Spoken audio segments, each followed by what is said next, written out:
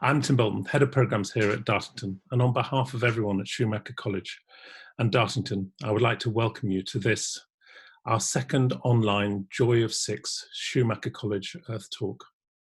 And thank you all so much for supporting the work of Schumacher College. I must first give you an apology, as Jonathan Dawson is sadly unwell and can't take part in tonight's talk. You'll be pleased to know that he doesn't have COVID, and I hope you'll join me in wishing him a very speedy recovery. But fortunately, Jonathan and David had done a lot of work in preparation for the talk, and thankfully, David is still very keen to give tonight's presentation. We've been holding Earth Talks for a number of years, face-to-face, in the Old Postern and occasionally in the Great Hall at Dartington. It's a fundamental part of our learning community, and we look forward to doing so again as soon as is practical. However, Schumacher College has a very long history of debate and research around ecological and environmental crisis, and it seemed only right in these unprecedented times that we reached out to our community, alumni, and those in search for the new normal. One of the negative and positive realizations from the current crisis is just how interconnected we are across the globe, both physically and virtually. As with last week's talk, we have people attending from every corner of the world, and indeed, David's in Belgium, while I'm on the edge of the border with Cornwall in the far southwest of the UK. So although we're currently in lockdown, the world in lots of ways feels to have become closer and more intimately connected and accessible than before. This talk is the second in a series of 6, which will take place every Wednesday evening, and which I hope you'll also want to attend. We're already working on the next series of 6. So first, a few words about the format of the talk. In a moment, I'll hand over to David Holyoake to present his lecture. We do want the sessions to be as accessible and as interactive as possible, and we'd encourage you to use the chat button at the bottom of your screen to share thoughts with us and certainly with the broader community who are also taking part in this. And we would welcome questions throughout using the question and answer link again at the bottom of the window. David might well respond to some of the questions as we go along, and I'll have a chance to put other questions to him during and at the end of the presentation. In total, we anticipate the session to last about an hour, so I hope that will work. So let me welcome David back to Schumacher College and introduce him to you.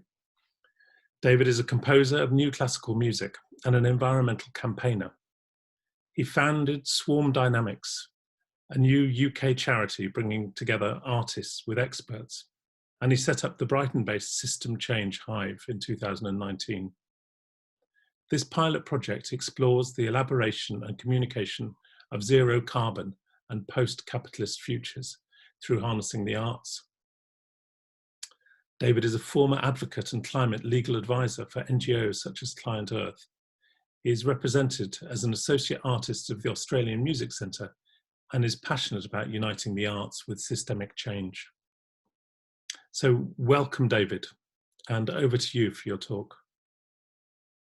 Thank you, Tim. It's good to be back. Hello to everyone listening. I'll be doing my best to also get across enough of what Jonathan had intended to pass on today, as the two of us had a good chat a couple of days ago. I would like to begin with a very quick story that I feel somehow sets the scene for this moment. In 1939, Orson Welles, the legendary film director, was directing a radio play in America. The radio play was an adaptation of the classic from H.G. Wells' Mars Attacks. And they did such a good job that people that were tuning in to the radio play partway through actually felt and believed that Martians were invading. And it actually caused mass hysteria across the country. Let me make that real for a second by showing you an image.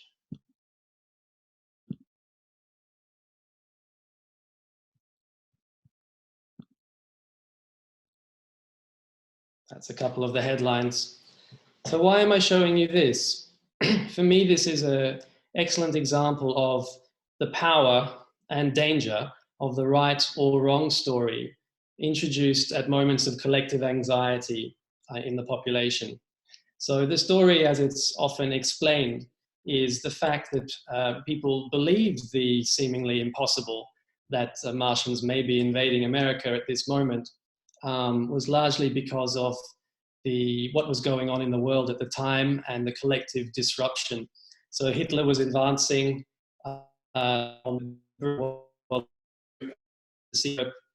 we also had recently had space exploration becoming closer through satellites going to Mars, and was a period of rapid technological change and all of the anxiety that can come with that. So somehow this sets the tone for one part of what I hope to get across today is we're in a moment of disruption and fracture that is of high potential for change, but we need to be very careful both in our reactions to the stories that power puts together to shape this moment, particularly when it comes time for power to tell us to get back to normal of some sort, but also how deeply and carefully we need to think as progressives, as campaigners, as environmentalists about the ways of talking, the metaphors we use, and how we try and seize this moment. So, because one part of today is about the power of arts to help us with this moment, the first part is more about what are the opportunities strategically that seem to have opened in the government's response and the response of all levels of society to the virus that we could perhaps build on strategically, and that may represent beginnings of system change towards the new story and the new world we know we desperately need. But to say very quickly about the arts part, the moment I had an epiphany, or sort of aha moment, that the cultural sector and the arts might be a missing piece of the puzzle here. So I had stepped away from arts for a number of years, working hard as a climate change lawyer or legal activist for what is still a very good environmental NGO. But I'd reached a point of a sort of crisis of faith in my own work, having understood that the problem was essentially at its core far deeper than CO2 emissions, but was at its base faulty, destructive logic in the economic system and a growth-addicted paradigm, and the values that both inculcates and depends upon. So then, having that realization and talking to a number of leaders of NGOs that were in the constellation that I was working with, and seeing that actually a lot of them felt the same thing. A lot of them also had reached that conclusion, but didn't know how to engage with the growth problem, didn't know sort of how to work on challenging the whole system within the framework of what they did. So my sort of aha moment was staring at a blank wall, feeling very exhausted one day in the campaign office, and then having a flashback to my old art history lecturer, who I loved, and a few lectures that I wish I'd paid more attention to at the time, that were all about the game-changing role that the cultural wars, I don't wish to use the word war, that's too violent a metaphor, but the cultural sector had played in paradigmatic shifts throughout history. So in moments of revolution, sometimes coerced, but sometimes as beautiful and free manifestations and murmurations, and the power of arts and culture to embed and give form to new stories and how they're encoded in society. So just to wrap up the part about me, which is less interesting than where we will get to soon, is I filled my own hope gap, which has been a real challenge for me. I always tell people I'm not a pessimist. You don't end up as an activist if you're a pessimist or a cynic, that's clear. You're an idealist who may or may not have a hope gap. And I certainly had a hope gap. And the way I would fill it was reminding myself, and by hearing people more learned than myself, remind me that throughout history, things can change extremely quickly. And those often tend to be moments of disruption. And when you have a constellation of different sort of pressures and influences in society and in the system. So all of a sudden we have one of those moments now with coronavirus. So my emotional state since the virus has shifted from one of a bit of panic like everybody in the first few days and worry for my parents, to then one actually of relief, which is quite interesting. And the topic of today is how can we seize the opportunity?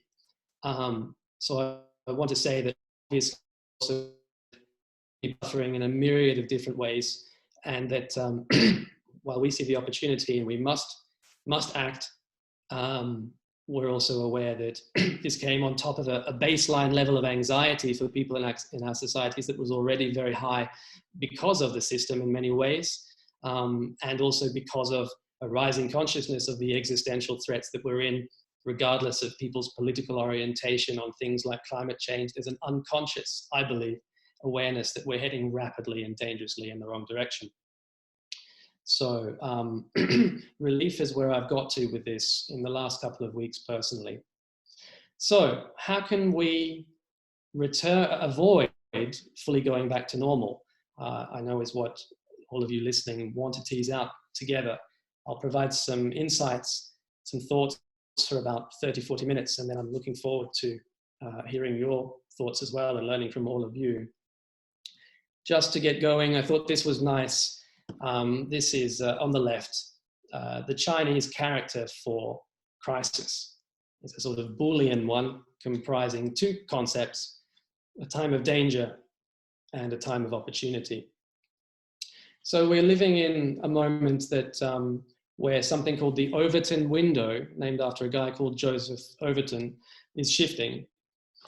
The Overton window is the parameters of what the public will find acceptable, a majority of the public will find acceptable in terms of policy and political interventions at any given moment. And that obviously is something that oscillates and shifts. So that window of acceptable policies is shifting very rapidly if we want to look at it from the perspective of voters and political legitimacy to make structural changes to the nature of our systems and our economies. So in this session, we'll be exploring two things. How can we imaginatively build on this unusual moment of crisis to help seize the opportunity for systemic change? And then just a little down the track and related, how can the arts and the cultural sector, including being very sensitive to the language and how we talk about the next steps, the new world, the issues, how can that help us in our campaigning at whatever level we find ourselves to be trying to do our bit? So what is the virus exposed? Things that we already know before we go to something that I hope will be a bit of new territory.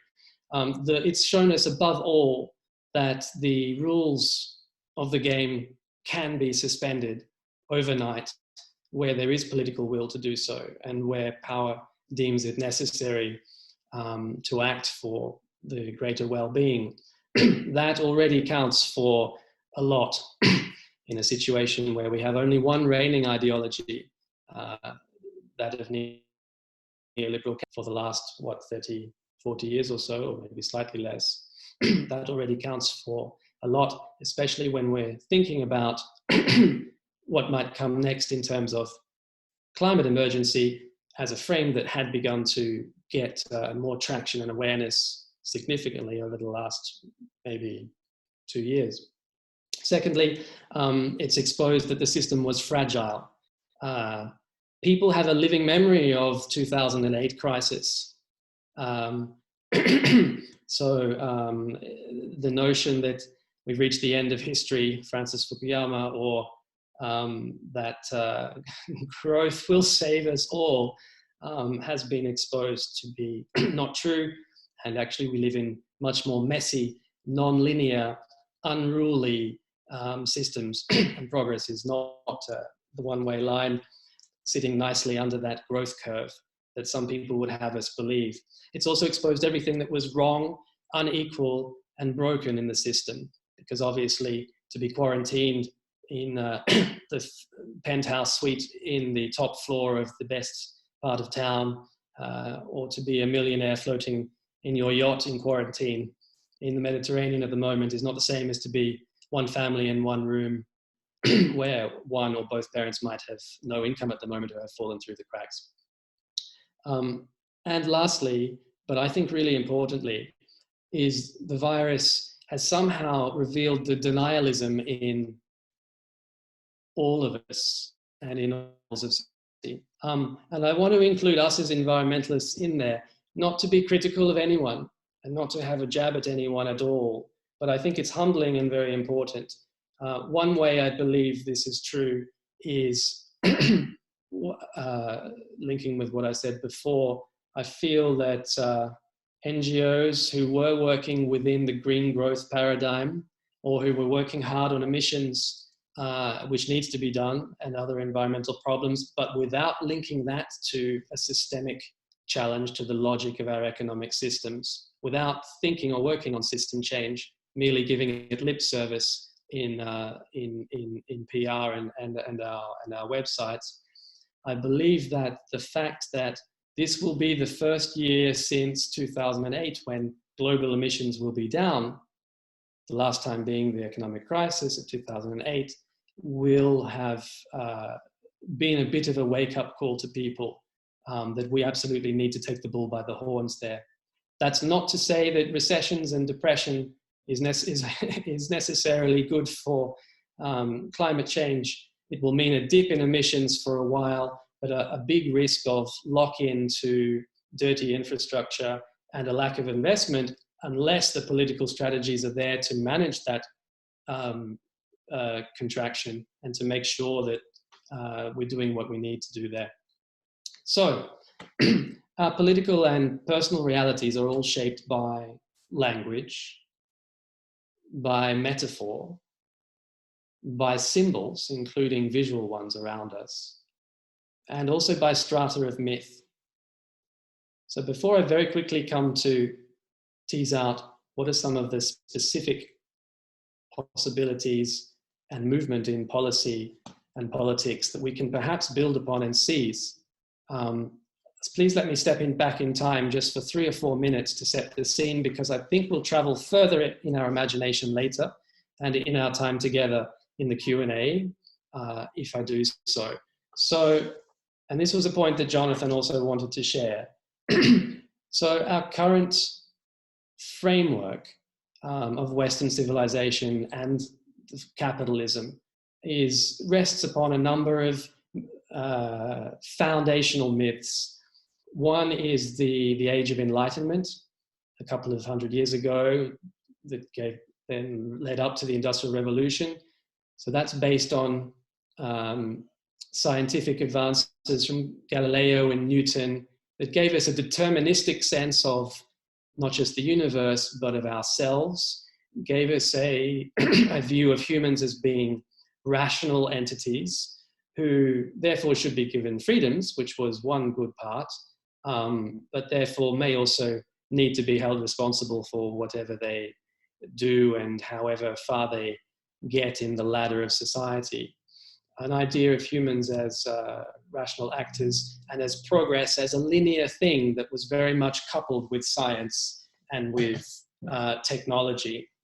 We're feeling the legacy of that still, where so much of the policy discussion and orientation around climate change, for example, is still tech-centered.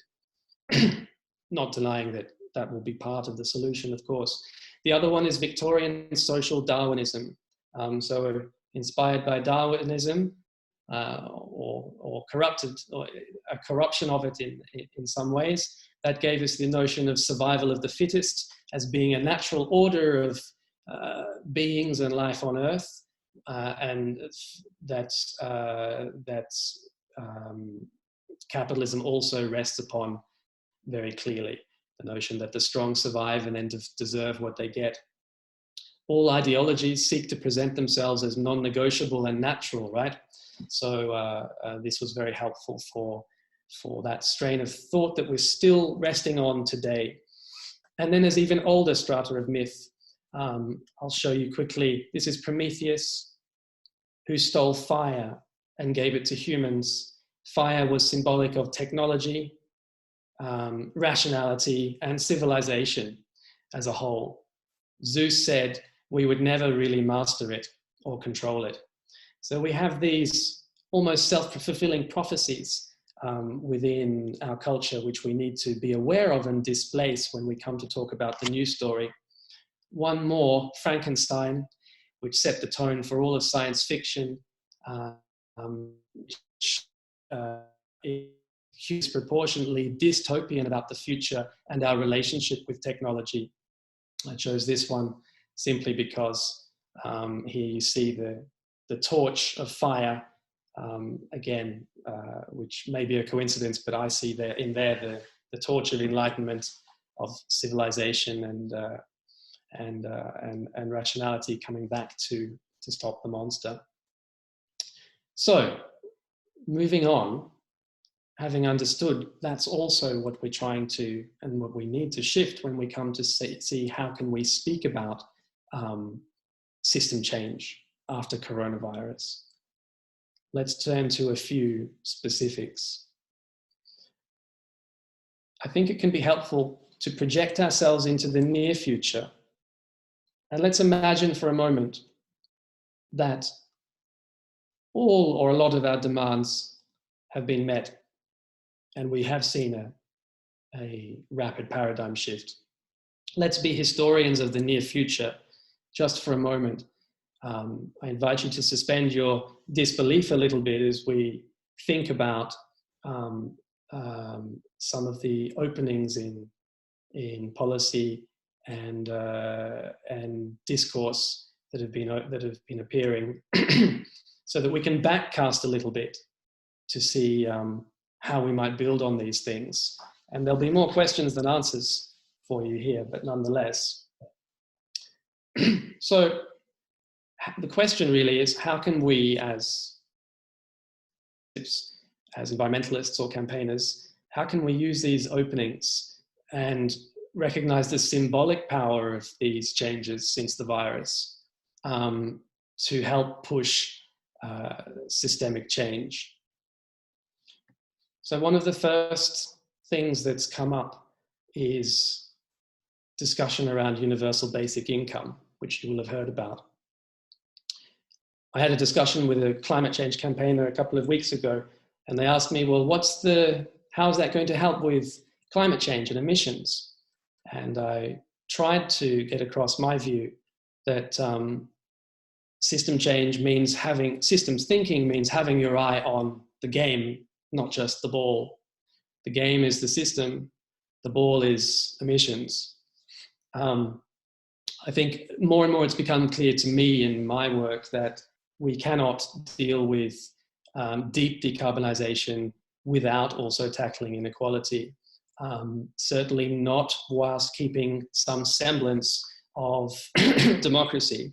We saw that appear briefly in the yellow vests in France a year or two ago, where an environmental tax became the flame to the kerosene of too much pressure and too much inequality on the working classes in France, and becoming, sadly, an environmental measure becoming the ignition for that class struggle there. So universal basic income, which other people like Jonathan, who are more learned than me on this stuff, point out should perhaps become a broader discussion about universal basic services. That's very important for a number of reasons. In a way, it gets to the very heart of capitalism, the notion of giving people money for free. But for me, it opens up other interesting space as well. If we're talking about building resilience from the system, if we're talking about helping people become more independent from it as a necessary part of freeing people up for transition, giving them the mental space to do so, as well as the time and the means to engage with community power and urban organic gardening and whatever it is, then that becomes very important. I think it also opens space, perhaps, to then have a societal conversation about maximal income once there's enough traction, if we get there, on UBI, Universal Basic Income. It seems to me, as a non-economist, that something like Universal Basic Income will have to be in place pretty soon anyway, because of the pressures within the system anyway. The forced push for labor productivity, driving automation, once the threshold when a computer or robot is indistinguishable from a human in terms of its voice when you pick up the phone, then there will be mass pressures on unemployment then, and we will need stabilizing measures, including but not only, such as UBI, to be able to avoid the sky falling in then. So I think that conversation, which initially is about real relief for people, Spain, by the way, has introduced it, as you probably saw. Not so in the UK, but there has been a discussion and a petition, so it's racing up the policy agenda. But for me, that opens space for the broader societal conversation around maximal income, distribution of wealth, and ending extreme wealth. Whether or not you like or hate Russell Brand, you probably saw one of his first videos that did make me smile, that I like since the lockdown, was where he's speaking about all of a sudden it's not cool to hoard toilet paper, but still fine for people to hoard millions and billions, which I was tickled by, regardless of whether you like him. Something else that's a new concept that's entered the mainstream that a lot of people have been speaking about, and you must have heard about or thought about, is the notion of essential workers. That, aside from where that conversation is being used now, which is, okay, so we've recognized the carers are essential, we need to back that up with decent wages and working conditions. That's vital, of course. But it also opens a deeper societal conversation around, well, why were they so neglected in the first place? They're essential workers. And really, for me, starts to prick the bubble of the mythology of meritocracy. So this is the notion, again, that capitalism depends on by its engine of channeling and concentrating wealth up the top. The notion that some people deserve it just because they are extremely talented or they create jobs, and a tiny bit of the crumbs will trickle down to the rest of it. So it opens a very helpful conversation, I believe, around meritocracy. As soon as we have a mainstream awareness of essential workers and what that is, then it's only a small cognitive step to non-essential corporations. I think the other thing we've seen, of course, is a bigger role for the state.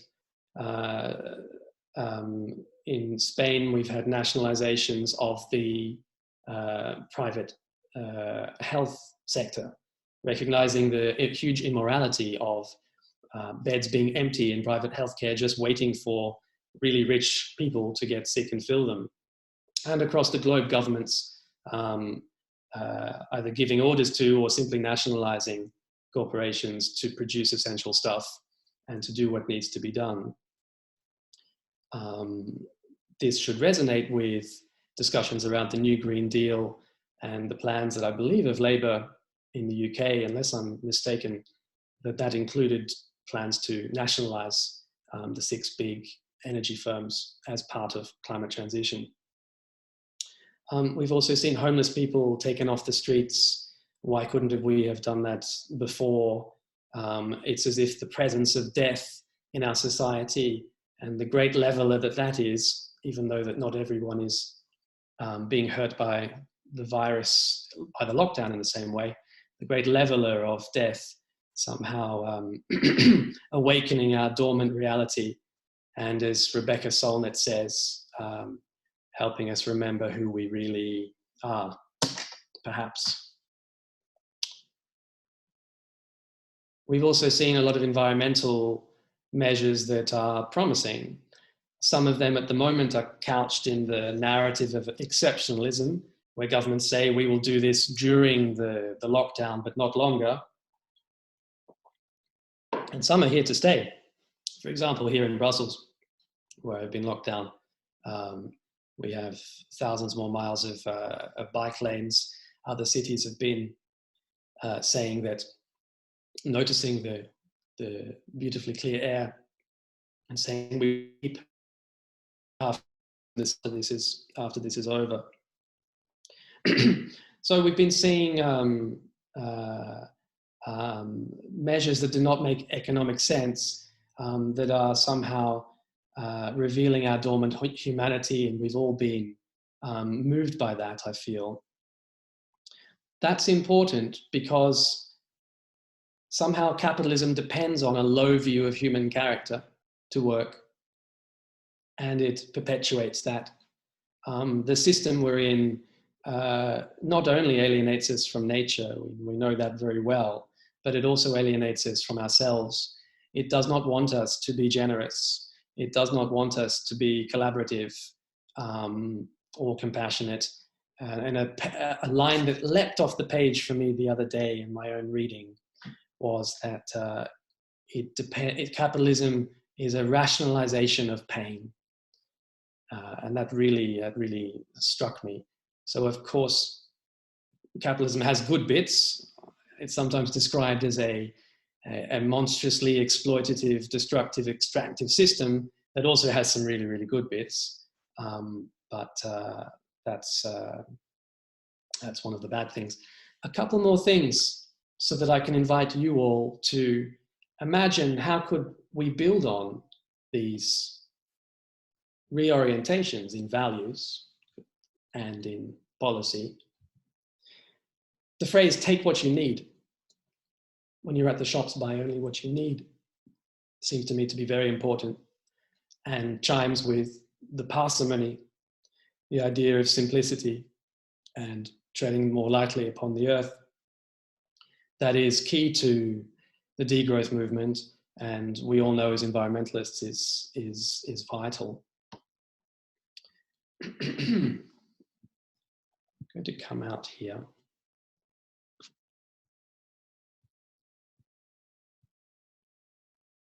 Just for a second.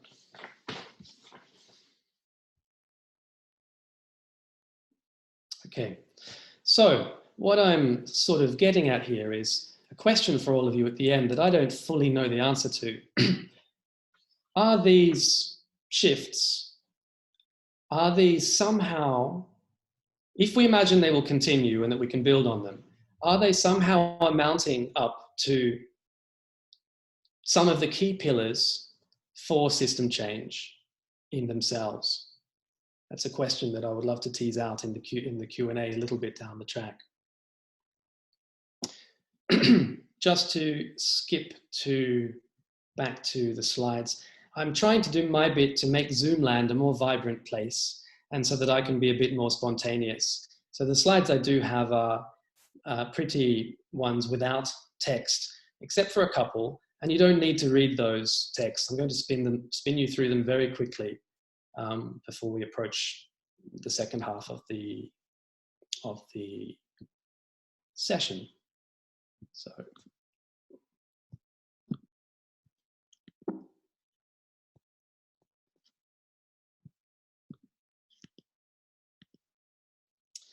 I like this one very much. If you haven't read Tim Jackson, Prosperity Without Growth, you really should. We mentioned before ideas of essential workers and meritocracy. Something we also need to change, that is changing since the virus, is the notion of who is successful and how do we apportion success and respect in our civilizations. Why? Because social positional buying, people buying stuff they don't need in order to appease what are very real unmet needs for the esteem of others. That's a need that a lot of people in society have, that we must not ignore or somehow look down upon because we might not feel it so strongly as our dominant needs. That's a real need people have, is to be able to display success and be able to achieve the esteem of others. But we absolutely need to reorient that in the new system, away from consumption. If we're going to unravel this beast that has been built around us. So quickly read it. People are being persuaded to spend money we don't have on things we don't need, to create impressions that won't last on people we don't care about. I find this shifting in the people I know, or at least during the lockdown, to be true. Not only because you've got nowhere to drive your Ferrari to at the moment. This is Banksy, as I'm warming up to get to the arts and cultural part of our topic. This is Banksy. Here you have the capitalist whipping us into line with the growth curve. So our notions of progress, the way we think about it, the shape of it, have been shifting. Traditionally, from the development textbooks, it's a very linear process that looks like this: from a traditional society to take off, and then at the top, reaching high mass consumption. The infinite growth curve is again a runaway train. But now we're beginning to think of it more in terms of circular shapes. So planetary boundaries will be nothing new to a lot of you listening.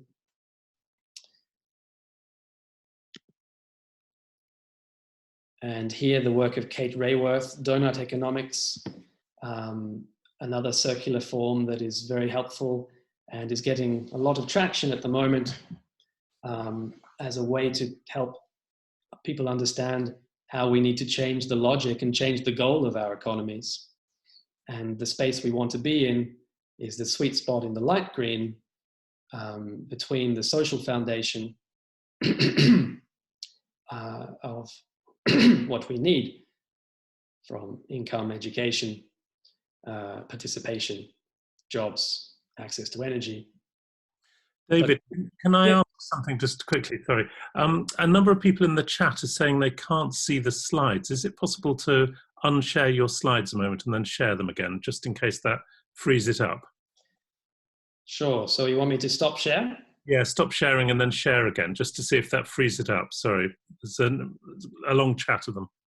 Strange. Thank you, Tim. So now I will reshare.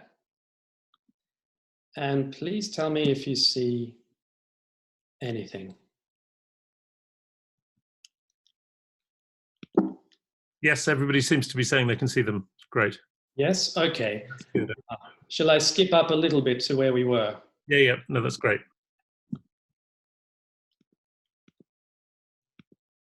From here, Tim? Yes, great. That would be good. Okay, so very quickly, here's Banksy. You can see the capitalist whipping us into line with that growth curve. How we think about progress spatially has been a one-way train. It's essentially become a runaway train. But that's been, and same in the classic development textbooks, the idea of development is a linear one-way progression towards high mass consumption and other things. But we've been shifting to more circular metaphors by which we can understand progress. Planetary boundaries, from climate change to ocean acidification. Here, I think everyone's familiar with this, so I'll move on. And here, Kate Raworth's work, Donut Economics. You don't need to read the text, just if you're not familiar with her work, to understand that the sweet spot for humanity, where we want to be, is in the light green. underneath the environmental ceiling of planetary boundaries, and whilst meeting the needs of all people for well-being and flourishing lives within that and not exceeding that. So if we take that circle, Kate's circle, as the new visual shape or metaphor of progress, then the next slide, and this is the last of the kind of texty ones, is showing something very interesting, which is actually, we are all developing countries now when you take into account planetary boundaries being overshot, which is the axis running across horizontally, and social thresholds being achieved, meeting the needs of all. So the place we want to be, the sweet spot, is in the green sort of target donut at the left. See that sort of nobody is really there, and most of us in the in the Western world are far up in the top right hand side.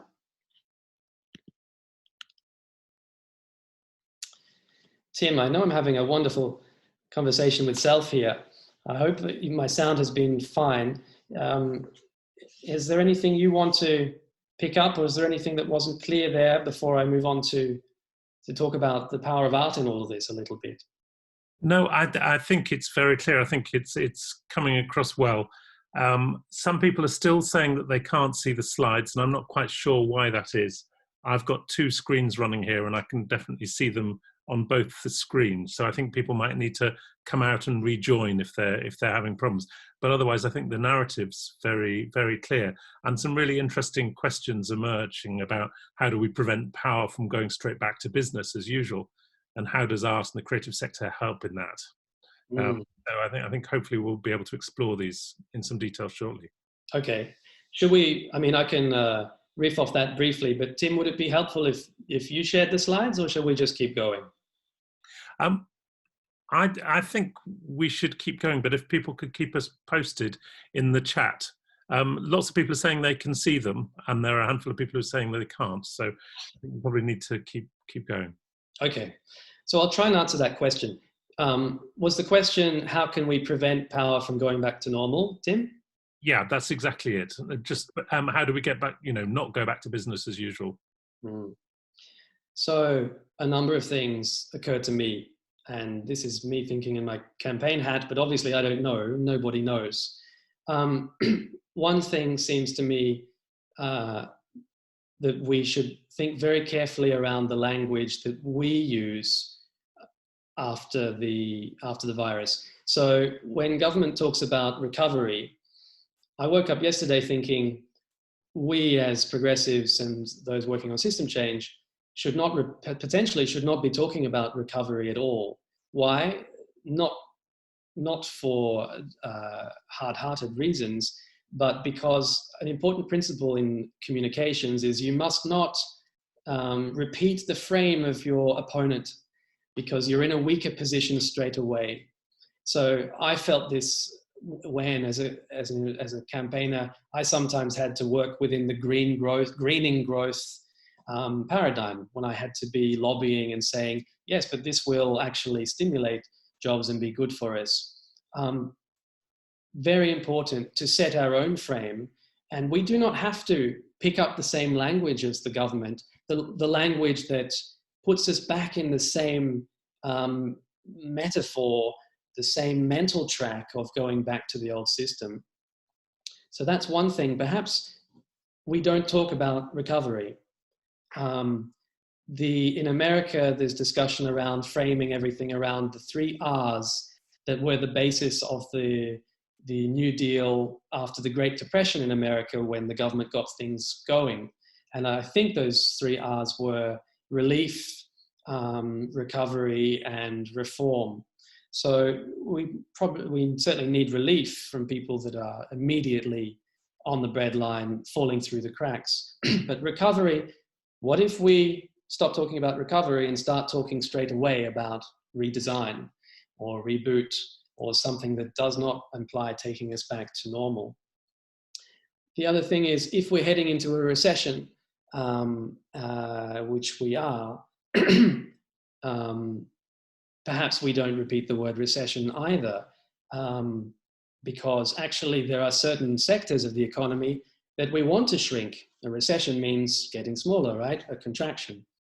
Perhaps we do not want, well, we know we don't want toxic parts of our economy like the financial services sector, like fossil fuels to be growing. We want them to be shrinking. So I woke up this morning, I don't know if it's any good, but from recession to remission, parts of the economy, we want to go on into remission because they have been harmful for us. And that's riffing off George Monbiot and others who, to try and flip this fact that growth sounds like a positive thing, speak about it as cancer, as a capitalism as a cancer. That's language, and part of the things I wanted to talk about language. On tactics, a few ideas. In America, some activists that I'm in touch with are considering a very strategic amendment to their Full Employment Act that will say you don't have to have full employment to have economic growth. Sorry, other way around. That will say that you do not have to have economic growth to have full employment. That's more of a symbolic win, but potentially a very big one. The other thing that seems key to me is the Green New Deal, which in Europe we have a commitment for, and in UK there's certainly an advanced discussion around it that both the Greens and Labour Party had taken up, that needs to be evolved. Bold as it is, transformational as it is, at least the last time I checked before the virus, that was still all happening within the overall story of growth-based economies. So maybe we need to just be more ambitious and push the Green New Deal plan, which seems to me to be a key part of the next step, no matter where we turn. But can we push it further to be more radical at this moment while we have an opening? And somehow, I don't know what the landing points would be in the UK without thinking more, find some surgical ways, like the amendment I told you about in America, to change the story about the economy, to lock in alternative economic macro indicators that change the story about what is progress for our societies. And then tactically, this is not a thought through idea at all, but I had an image today of Yoko Ono and John Lennon and the great lie-in in bed after the war. And there was some sort of strange chemistry there between the current moment and those who organize industrial action and strikes. It won't be possible for people like the care workers, obviously, but it would be very interesting at the moment of going back to normal if you saw solidarity striking, perhaps, of, well, no, we're not going back to normal until our sisters and brothers in the care sector receive adequate wages and conditions. Perhaps that's a pressure point, that moment of going back for industrial action, for striking, that old-fashioned, sometimes blunt tool to get something across. Perhaps that's a moment for that as well. I also think what we can do now is build and connect as much as possible. I don't mean that in a general way. I mean that if we're going into a recession now, we will need to see sort of creative and non-capitalist ways of doing things in order to build resilience. And that'll be true no matter how much we win from governments. So in Spain, after 2008, where, what was it, 1 in 3 young people were unemployed for so long, you saw a proliferation of things like mutual aid, people helping each other, sharing what they have, time banking, cooperatives, alternative currencies, out of survival and resilience means.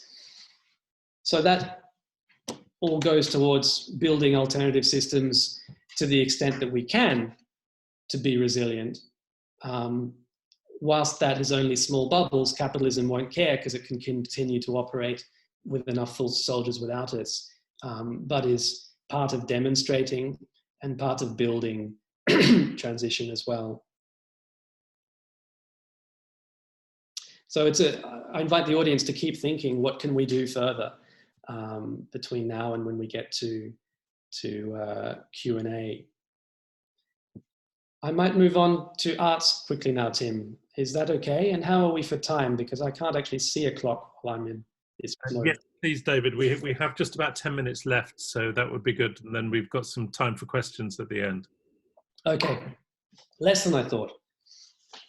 Okay, so I've already spoken a little bit about language. A couple other points in case they're useful about language. In a project I ran last year, bringing together young artists and experts called the System Change Hive.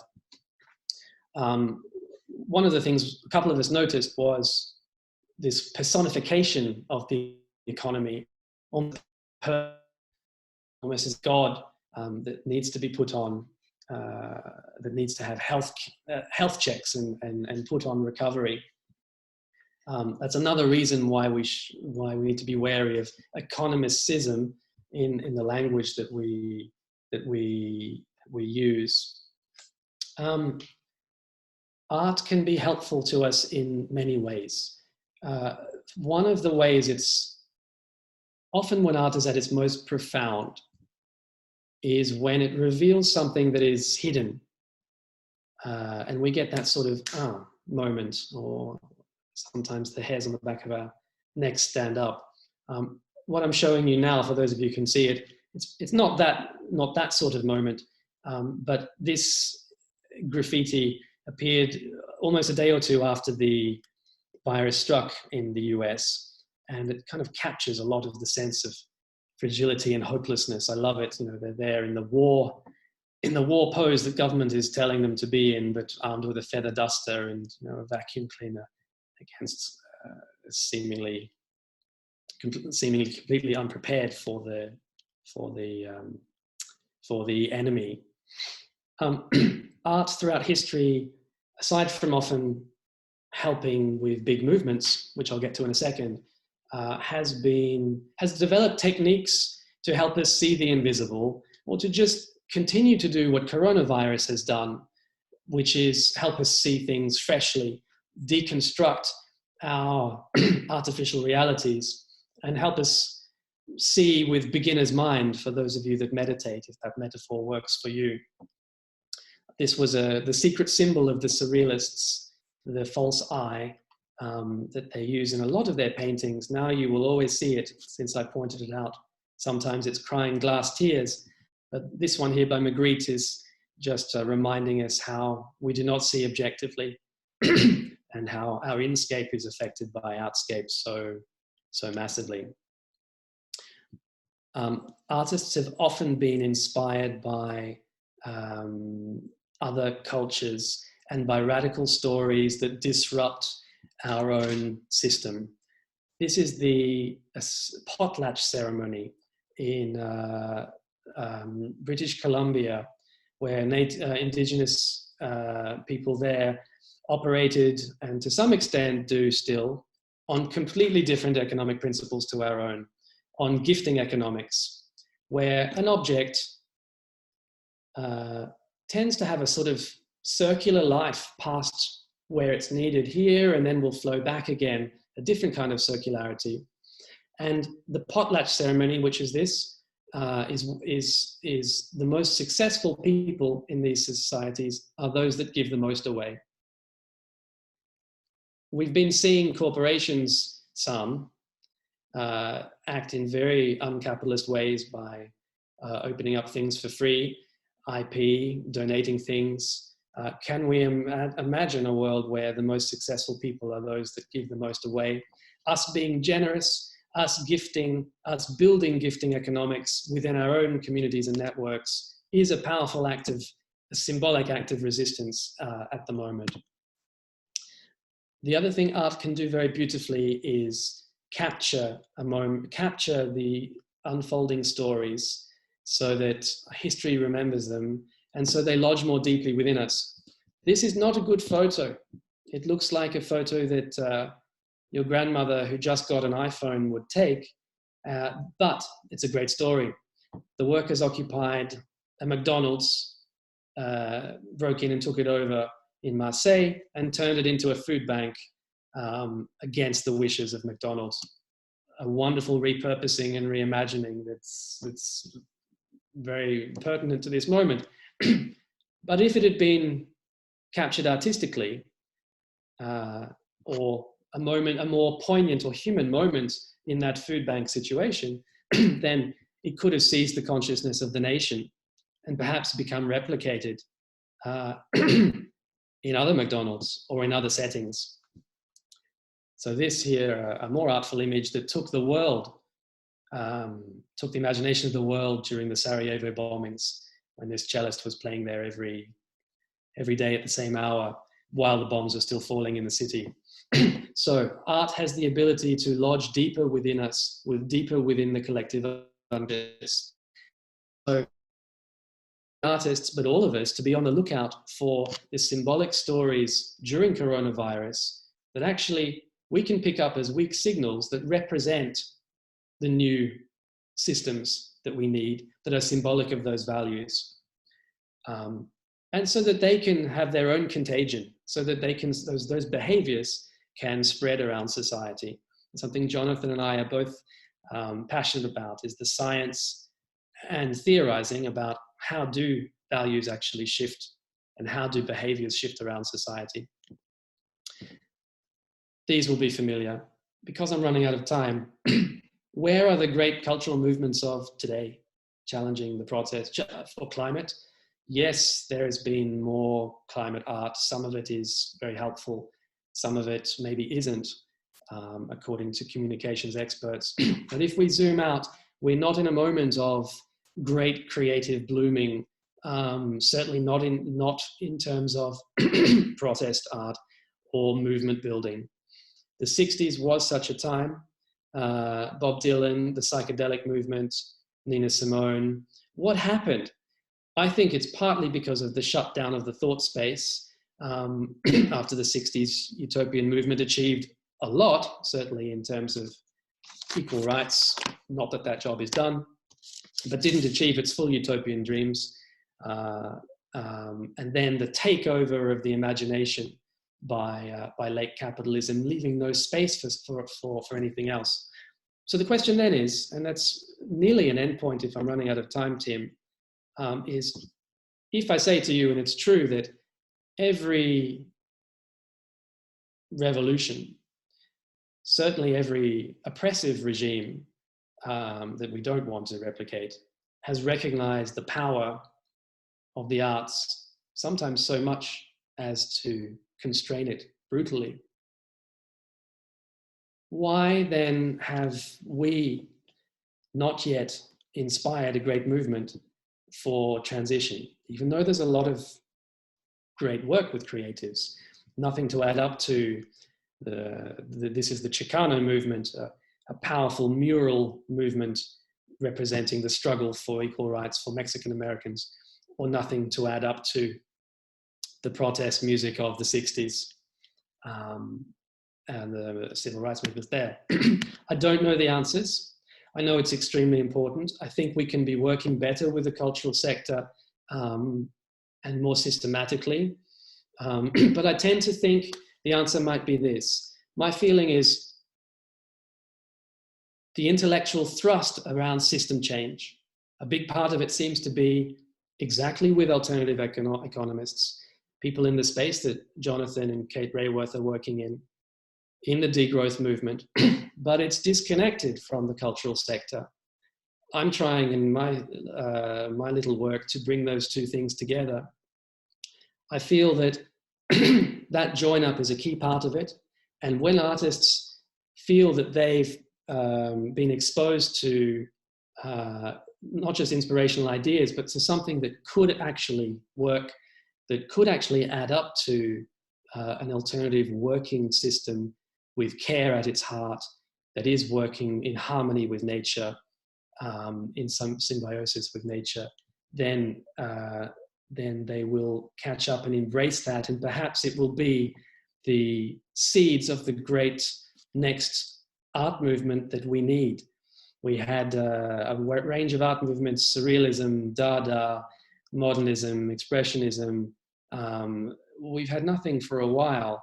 The art sector needs a new story. Humanity needs a new story. It's up to us to bring those two together, and by developing new visual hieroglyphs, new aesthetic styles that feel new, not just feel like going back to the past. This is the past, passé, although very beautiful aesthetic that reacted against mechanization and reminded us, whispered in our ear of our entanglement with nature. Very beautiful, but we need something new. And I'm assuming I'm out of time. So this is a fish that makes art, a beautiful mandala art. I love this. I'm only showing it to you to remind us that beauty is not trivial when we think about portraying, describing the new systems we see. It's actually organized. Art seems to be within nature. It is not trivial, so we should not underestimate it within our campaigning as environmentalists. There is so much more vibrancy and creativity we can find with how we communicate and what we put on our web pages beyond wind farms and pictures of green spaces. And really the challenge, beyond the tactics that I started to raise before as thought starters for our Q&A about to start, it really is a task for all of us for radical dreaming, which is my word for fleshing out and elaborating how the new systems can work in everyday life, not just how we will interact with nature, but the systems, how they will work, how we will live together within a carbon-constrained world.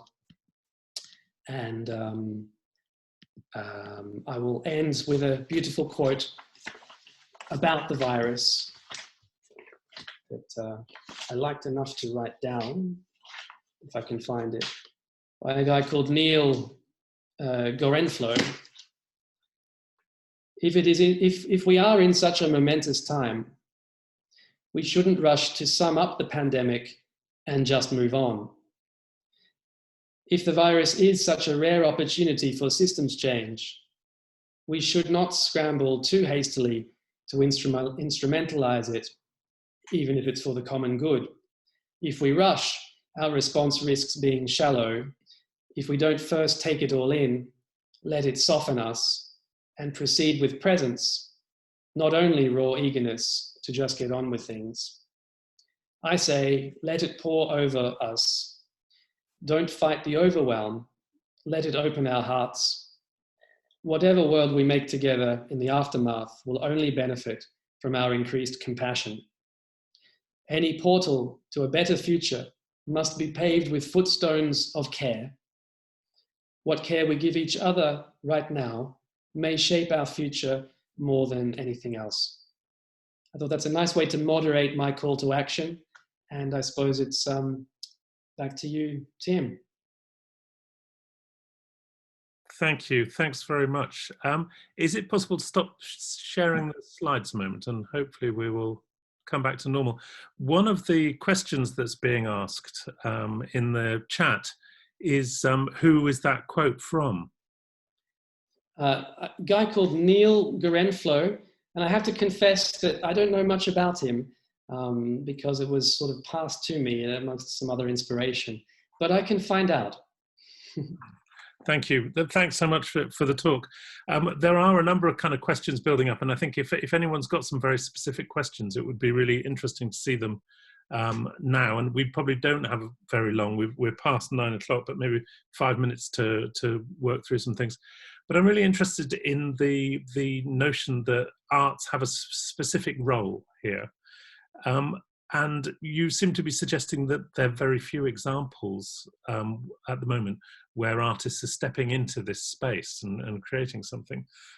And from the chat, there are quite a number of people who are talking about various different organizations that are involved in producing things. But I wondered if there were any specific examples you saw as beacons of hope.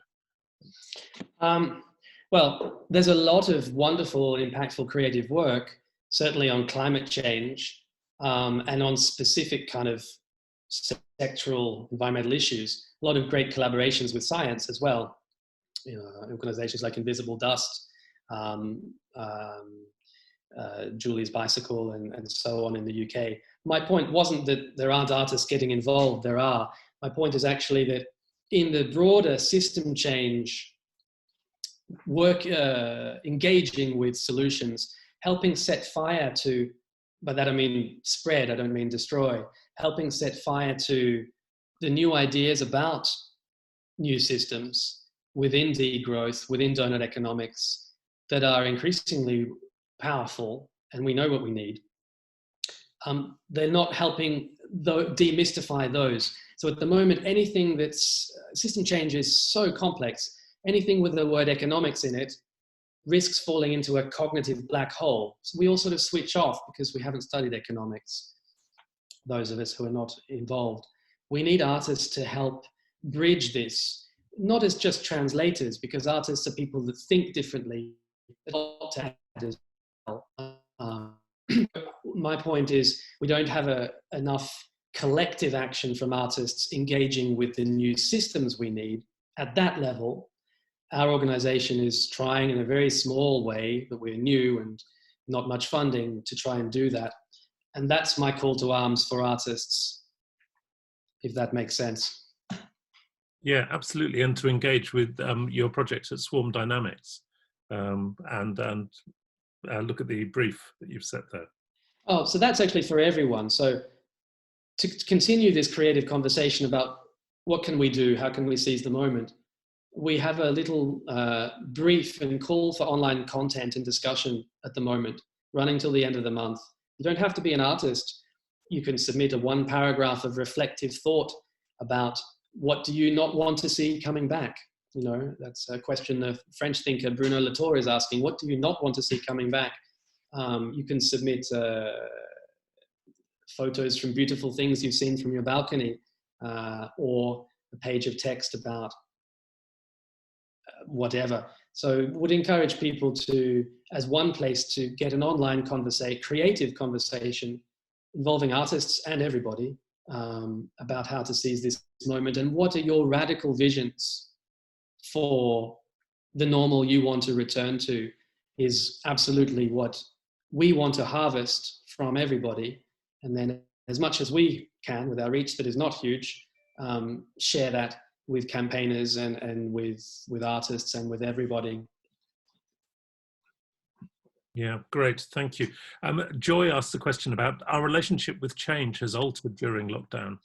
How will this affect the system that emerges? And I think I agree so completely with that. I think we're all having experiences that are somewhat like going on holiday almost. You know, I know that everyone is having a very different experience, and for some who have people close to them who are suffering from the virus, it's an immensely upsetting moment. But for many of us, we've had a chance to see the world in a different way. How are we going to make sure that we use that as a vehicle for change, not just allow our governments to push us straight back into the same old? I don't know. I don't know what Extinction Rebellion are going to be thinking now, and that's something very interesting for me. I think you have them next week on... yeah, Rupert Reed. Yeah, so I'll be tuning in. I hope everyone will. I mean, one thing that occurs to me is everyone will remember this for quite a while. The government has lost legitimacy on certain things because this has happened.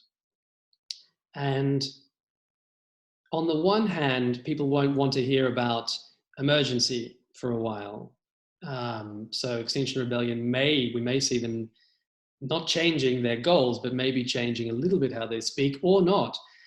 At the same time, it's worth reflecting that we can see that the emergency plan that climate change requires can be put in place. It can work. We all find our ways through it.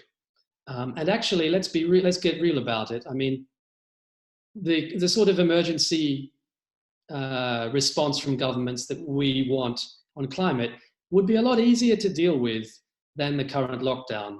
Yeah, I mean, there's no problem with having your friends and lovers over in the climate emergency, provided that they live on the other side of the world. So in many ways, that would be so much easier. And everybody, not everybody, a lot of people have been commenting on the silver linings, being able to see the stars. Something that makes me almost cry is every 8 o'clock I go at the balcony and applaud with everyone else. And I realize I don't know these people. I've never talked to these people.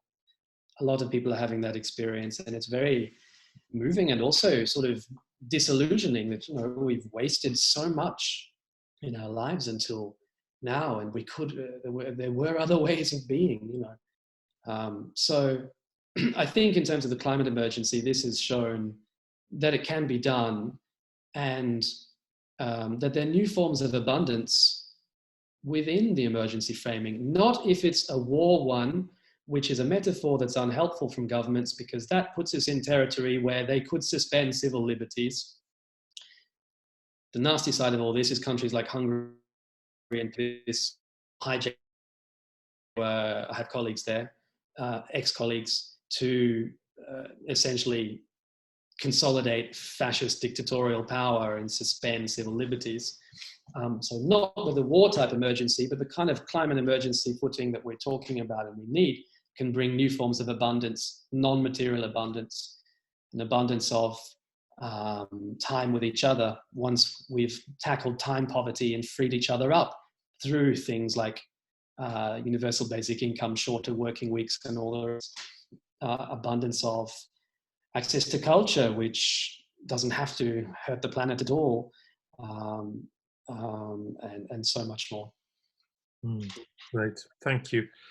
There are so many questions and so many comments, and a couple of people have asked if it's possible to get printouts of the amazing comments and so on. And I will see when we, these are being recorded and they will ultimately end up online.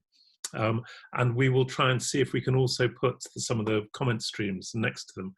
I know we recorded them from the last time, and but they don't end up on the final recording of these talks. So, sorry, you want to say something, David? Oh, can I just give one 20-second addition to the answer that I forgot, because I think it's important. So Caroline Lucas tweeted out 2 weeks ago a petition to open up the golf course, private golf courses in the UK. And of course, a man of my persuasions is going to have a very big smile at something like that. But that's tapping into something I forgot to say today that is also very important for our peaceful radicalism now. Now is a moment where we have to try and reclaim the commons and speak a bit differently. So, well, yes, we need to, opening private golf courses makes sense in a situation where many people don't have a garden. I'm lucky I have a tiny garden here. Many people have none. But it's a moment to claw back the commons that has been stolen from us by corporations and governments hijacked by corporations. And interestingly, the president of the European Commission, von der Leyen, however you pronounce her name, the other day, she spoke of the vaccine as, she said, this will be our universal common good. Now, of course, I don't believe it because I doubt it's going to be free to everybody all over the world. But that word rang for me.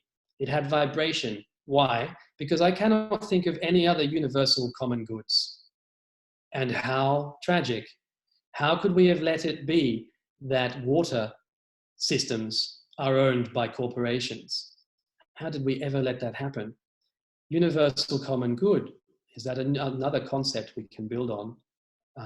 So in our radicalism, take over whatever you can and talk about doing so in non-violent ways. Because what we stand to lose most at this moment is actually, if we are not radical enough, it's if we fall back on our own status quo, and if we only use the virus as an opportunity to shout louder about the same things we were calling for and work in the same ways without actually transforming how we work and ratcheting that up a level, remembering we have 12 years left at best, then that's where we lose the most, is if we only speak transformationally and don't transform our game. Thank you very much, David. And I'm really sorry to have to draw it to a conclusion there for the common good. Obviously, though in a very different way. I would really like to thank you again for joining us this evening, everyone, and for supporting the work of Schumacher College. We have a further 4 talks, and as David mentioned, we've got Rupert Reed next week from Extinction Rebellion, and I hope you'll want to attend all of the rest of the talks as well. I hope that David's talk has whetted your appetite, in which case I'd strongly suggest continuing the conversation through the Swarm Dynamics creative brief, which you can find if you Google Swarm Dynamics. And I know that people have been exchanging the contact details through the chat and so on. The creative brief has a closing date at the end of this month. So you're on a slight time limit there, but there may be other ways of engaging beyond that. Similarly, if you want to take these ideas further, Schumacher College has an MA in Regenerative Economics, which you can find on the Schumacher website, which may also be of interest. This has been our second online talk, so we would really love to have your feedback on how we can continue to improve. And I'm certainly going to spend a bit of time on the tech over the next few days, trying to make sure I really understand why some of you were or weren't seeing slides and how we can solve those problems for the future. But we'd really like to hear about issues, topics, alternative speakers you'd like to hear and see in the future. And can I thank you once again, David Holyoake, for such an insightful talk. And I can see from the chat that you've started lots of conversations that I know will run and run. And thank everybody here for their really active participation. And good night. Thanks a lot, Tim. Thanks, everyone. Stay well. Thank you.